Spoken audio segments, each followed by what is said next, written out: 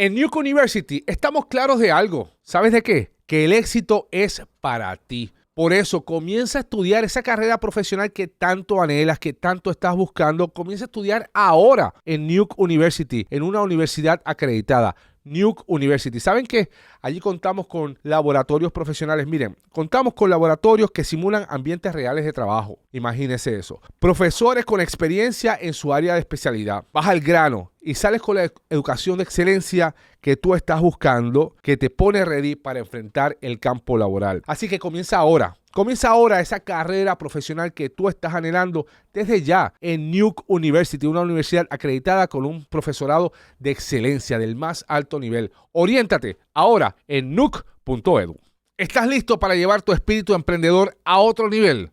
Conoce Emprende Notas, un espacio creado especialmente para ti, para conectar el mundo del emprendimiento, noticias, historias reales y notas de inspiración, para que sigas construyendo tu propio camino y sigas creciendo. Puedes conectarte en www.emprendenotas.com. Emprendenotas.com. En Emprende Notas se conectan las ideas con la acción.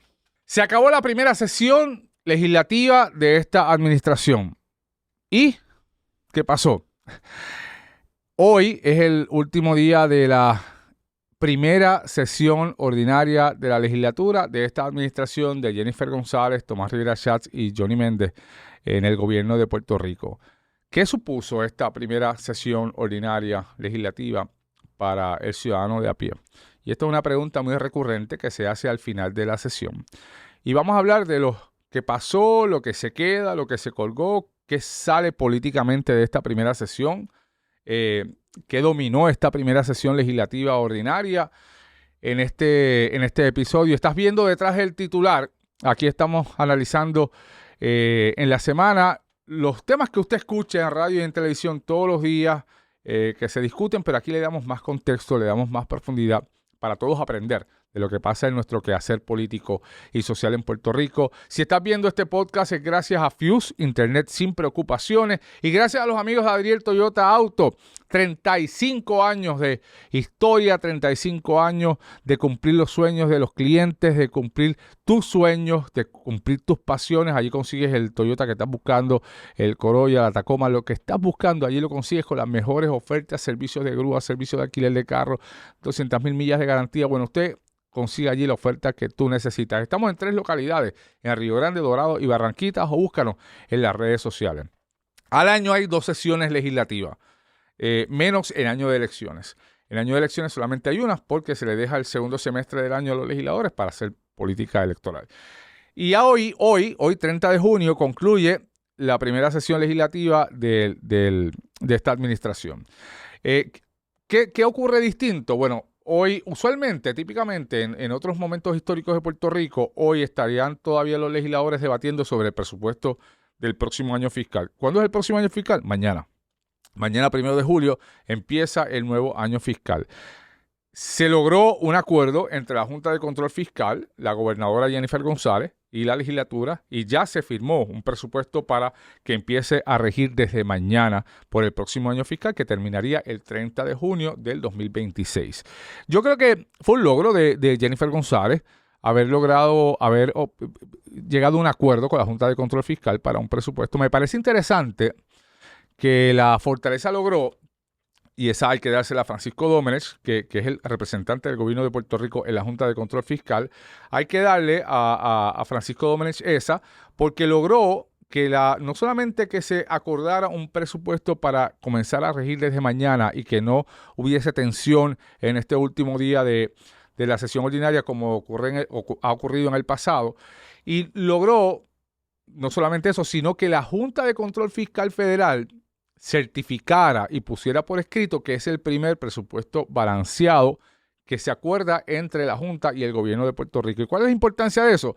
La importancia de eso es que la ley promesa que le da vida a la Junta de Control Fiscal, la ley federal promesa, dice que para que la Junta de Control Fiscal empiece su retirada del gobierno de Puerto Rico, del territorio de Puerto Rico, tienen que aprobarse 4 presupuestos balanceados consecutivos. Y si la Junta de Control Fiscal contrario a las expectativas y lo que han dicho economistas y incluso el presidente del Senado, la Junta de Control Fiscal de antemano está diciendo este es el primer presupuesto gubernamental balanceado. O sea, que si ocurre 3 veces más, la Junta de Control Fiscal pudiera comenzar su retirada de Puerto Rico.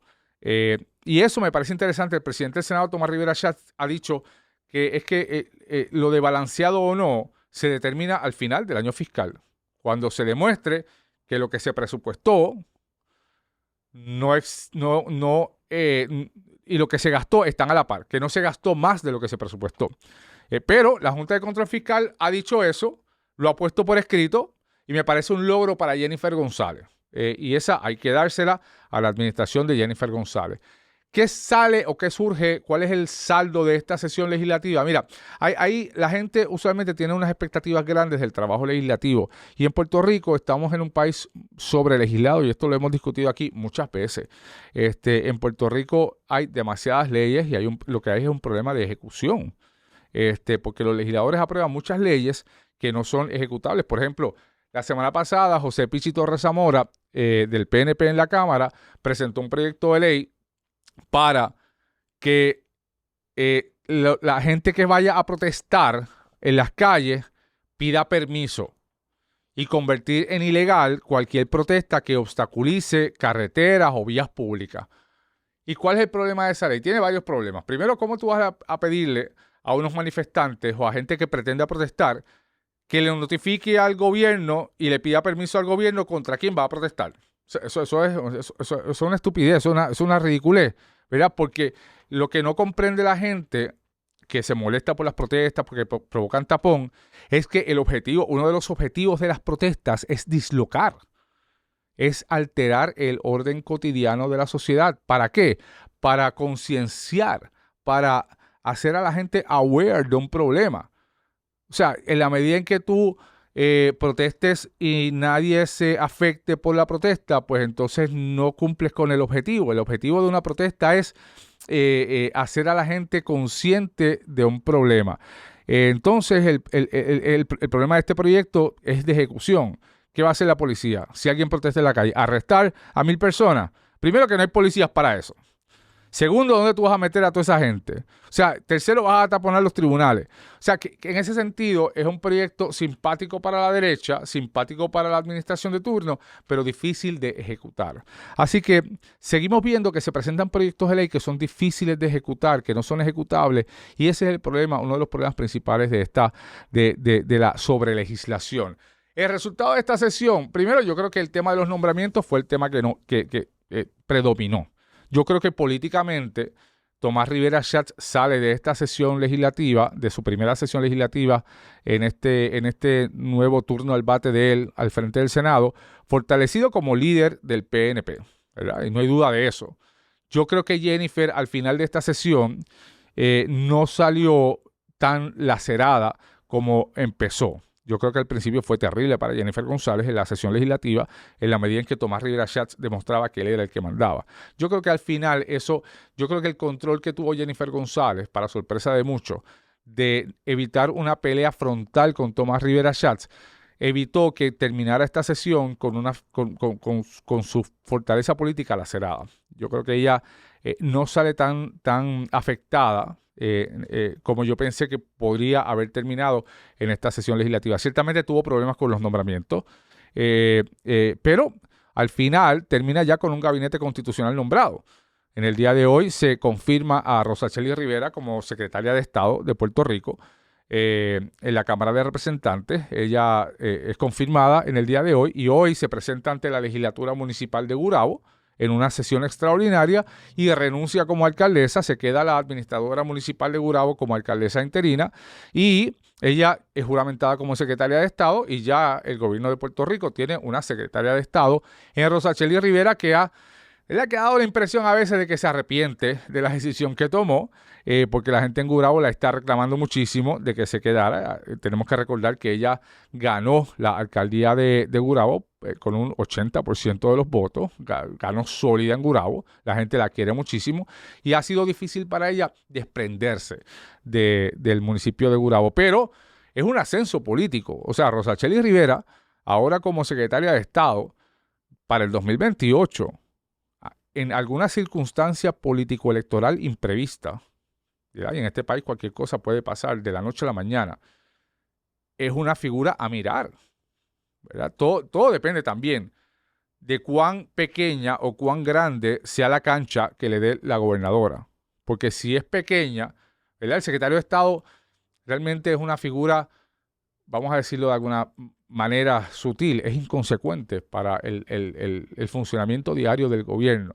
Ahora, si la gobernadora le da una cancha más amplia y le da algunos temas para que ella maneje, y le amplía quizás sus poderes o sus tareas, pues le va a dar más protagonismo a Rosacheli Rivera y se puede convertir en una figura importante para el gobierno de Puerto Rico. Y mucha gente preguntaba, pero ¿por qué no confirman ya a Rosacheli Rivera? Mira, la misma Rosacheli pidió que dejaran su nombramiento para confirmarse el último día de la sesión, que es hoy. Yo escuché miles de teorías de que la gente decía, pero ¿qué pasó? O sea, ella pidió que dejaran su confirmación para el último minuto, para ella poder dejar set la transición política en Gurabo. No va a ser así, porque Gurabo, ella quería que se quedara ya una alcaldesa en propiedad. Ella está respaldando a la representante Vilmary Peña de esa zona, pero hay más candidatos. Así que en Gurabo habrá una elección especial del PNP, porque la ley dice que en caso de una renuncia de un alcalde, quienes escogen al sustituto son los afiliados del partido que ganó en ese municipio. Así que allí hay varios candidatos y después se dará otra lucha, porque si la representante Vilmary Peña, que es la representante de esa región, renuncia, pues obviamente habrá una carrera por ese escaño representativo y ahí hay otra batalla entre mucha gente que suena para ese escaño, entre ellos un ex candidato a la alcaldía de Cagua por el PNP, y Rosacheli quiere que sea alguien de Gurabo el que ocupe esa silla en la Cámara de Representantes. Así que con la confirmación de Rosacheli en el día de hoy, su renuncia a la alcaldía de Gurabo y su juramentación como secretaria de Estado, pues se cierra un capítulo medio turbulento para Jennifer González en términos de los nombramientos en su gabinete constitucional. Pero hay otras tantas cosas que han pasado en esta sesión que algunas se quedan pendientes para la sesión de agosto, otras se aprueban y hay unos retos para la gobernadora, como por ejemplo en el caso del tema de las motoras. Y les voy a decir por qué. Recuerden que están viendo este podcast gracias a los amigos de Adriel Toyota Autos. Estamos en 3 localidades, en Río Grande, Dorado y Barranquitas, o si no, búscanos en las redes sociales. El tema de las motoras, ¿verdad? Y ese tema como que se apagó. Pero miren, va de camino a la fortaleza un proyecto de ley que se aprobó este fin de semana en la legislatura y que es de la autoría del representante del PNP, José Cheito Hernández, que es el presidente de la Comisión de Transporte de la Cámara. Es un representante de San Juan, de uno de los distritos de San Juan. Y este proyecto es para hacer más restricto la operación o el uso de las motoras y los todoterrenos en las carreteras, distinto a lo que quería la gobernadora. Este proyecto de ley regula aún más el tema de las motoras, impone más restricciones a los usuarios, a los conductores de motoras. Por ejemplo, tendrían que usar reflectores en las noches y otra serie de medidas. El huileo quedaría más grave ante la ley, sería más castigable ante la ley, y restringe el uso de todoterrenos en las carreteras.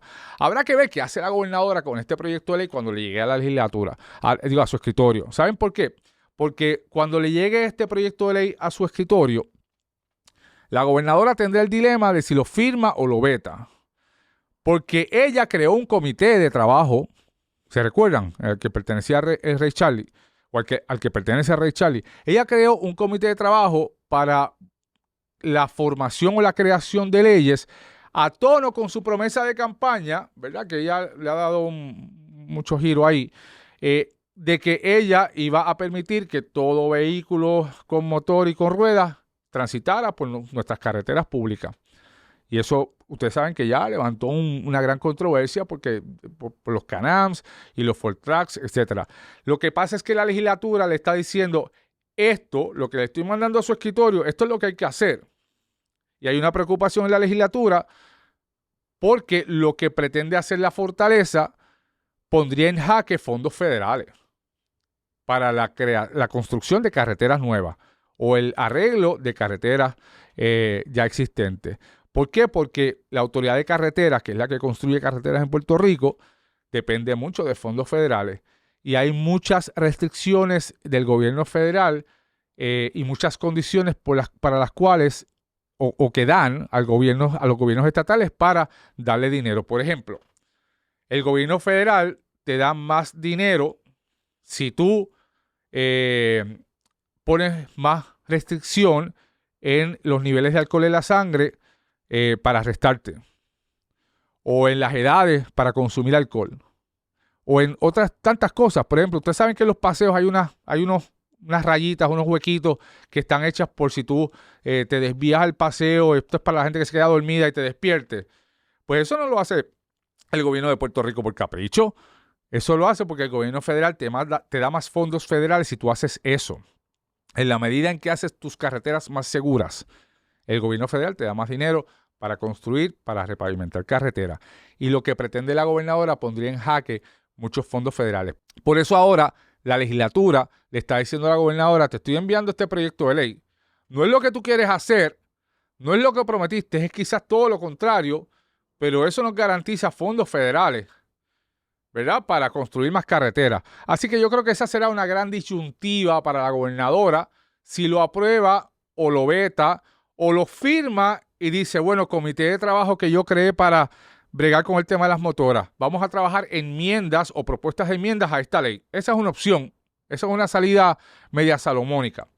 Un tema que se quedó para la próxima sesión es el tema del impuesto al inventario. El tema del impuesto al inventario es importante porque ustedes saben que este impuesto al inventario se creó como una medida para ayudar a los municipios. Es decir, este impuesto es para los comerciantes, ¿verdad? Al final lo pagamos todos nosotros, los consumidores.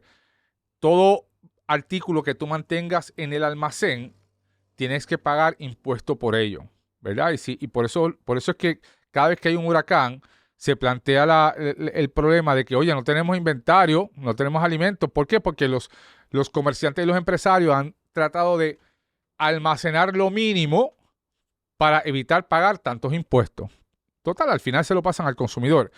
Se quedó este proyecto para la próxima sesión de agosto porque la gobernadora, como remedio temporero, les ha dicho a los empresarios: yo quiero eliminar el impuesto al inventario, pero esto supone 300 millones de pesos para los municipios y yo no tengo otra fuente para conseguir esos 300 millones. Por lo tanto, como remedio temporero, voy a congelar el impuesto al inventario, es decir, no va a aumentar por la inflación, se va a quedar a la tasa promedio del 2022.